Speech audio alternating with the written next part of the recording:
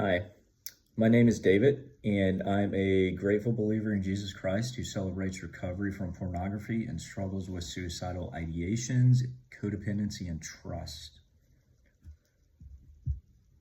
From an early age, trust was hard for me. I grew up in a home filled with chaos and violence. My dad was abusive, and my mom was unfaithful. Those early years left me feeling unsafe, unloved, and convinced that people couldn't be trusted. Even though I went to church as a kid, I didn't really know who Jesus was. I was just trying to fit in.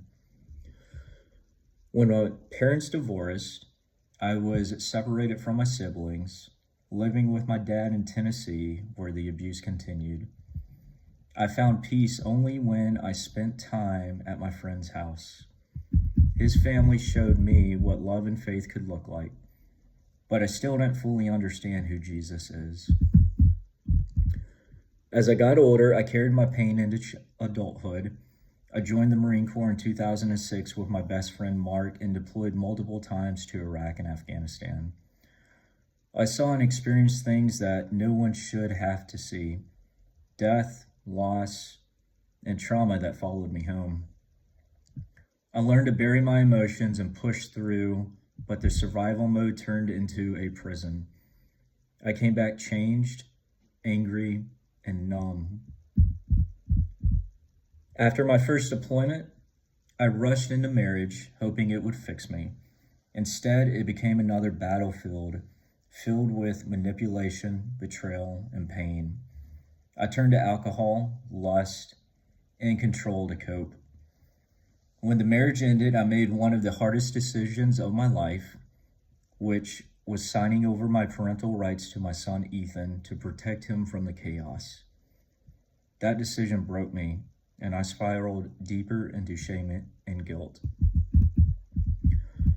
I remarried soon after, still trying to fill the emptiness inside. That relationship also ended in betrayal and more pain. I lost myself in a lifestyle of lust and pride, trying to cover up my brokenness. Even though I had moments of success in my military career, inside, I was dying. The trauma, the guilt, and the loneliness became too heavy to carry.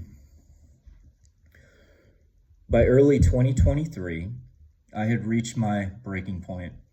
I had a plan to end my life on Valentine's Day, but God wasn't done with me. Through the base chaplain, I learned about Celebrate Recovery. And though I was scared to walk through those doors, I went anyway.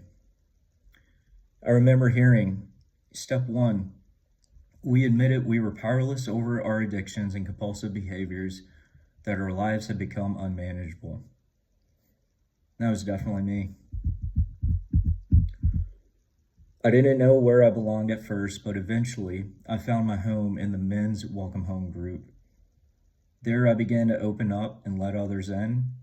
Through my step study, I faced the truth about myself and the pain I had caused. Steps 4 and 5, making a searching and fearless moral inventory and admitting my wrongs, were life-changing. They forced me to stop running and start healing. But recovery wasn't easy. Even while I was growing, I still stumbled. I entered another relationship that ended painfully and found myself once again at the edge of despair. On December 28th, 2024, I tried to end my life, but God had other plans. 2 Corinthians 12:9 says, "My grace is sufficient for you, for my power is made perfect in weakness." When I woke up, angry to still be alive, my sponsor and brother in Christ showed up at my door. That's when I realized I was not alone. Since that day, I've learned that recovery isn't about being perfect. It's about progress and consistency. I've learned to lean on God, my sponsor, and my brothers instead of trying to fix everything myself. I've learned that vulnerability isn't weakness.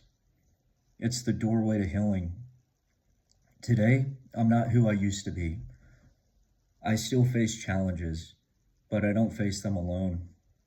Celebrate Recovery has given me tools, community, and hope.